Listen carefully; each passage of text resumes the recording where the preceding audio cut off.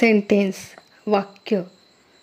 व्याख्या शब्दांच्या ज्या समूहापासून एक पूर्ण अर्थ निघतो त्या शब्दसमूहाला सेंटेन्स म्हणजेच वाक्य असे म्हणतात. खालील काही शब्दसमूहापासून पूर्ण अर्थ निघतो की नाही यावरून ते सेंटेन्स वाक्य आहे की नाही हे कसं ठरवले आहे ते बघा.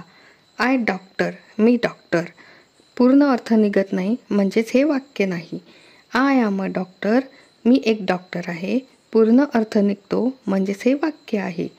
ही इटिंग ॲपल बिग, तो खात सफरचंद मोठे, पूर्ण अर्थ निघत नाही म्हणजे हे वाक्य नाही. He is eating a big Apple, तो एक मोठे सफरचंद खात आहे, पूर्ण अर्थ निघतो म्हणजेच हे वाक्य आहे. तर आता आपण बघूया वाक्य म्हणजे नेमके काय. अक्षरापासून शब्द बनतात आणि शब्दांपासून वाक्य बनतात. उदाहरणार्थ लेटर्स म्हणजेच अक्षरे ABCD. लेटर्स अक्षरे विशिष्ट क्रमाने लिहिली की त्यापासून वर्ड्स म्हणजे शब्द तयार होतात.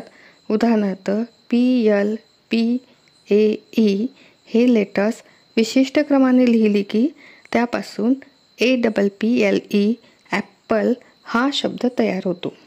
वर्ड्स म्हणजे शब्द हे विशिष्ट क्रमाने लिहिले की त्यापासून सेंटेन्स म्हणजेच वाक्य तयार होते. उदाहरणार्थ apple, Saurabh, eating, an, is हे शब्द विशिष्ट क्रमाने लिहिले की त्यापासून खालीलप्रमाणे एक सेंटेन्स म्हणजेच वाक्य तयार होते. जसं Saurabh is eating an apple. अशा प्रकारे छोट्या छोट्या शब्दांपासून एक मोठं सेंटेन्स म्हणजे वाक्य तयार होते. अक्षरांपासून एक शब्द तयार होतो आणि शब्दांपासून वाक्य तयार होते.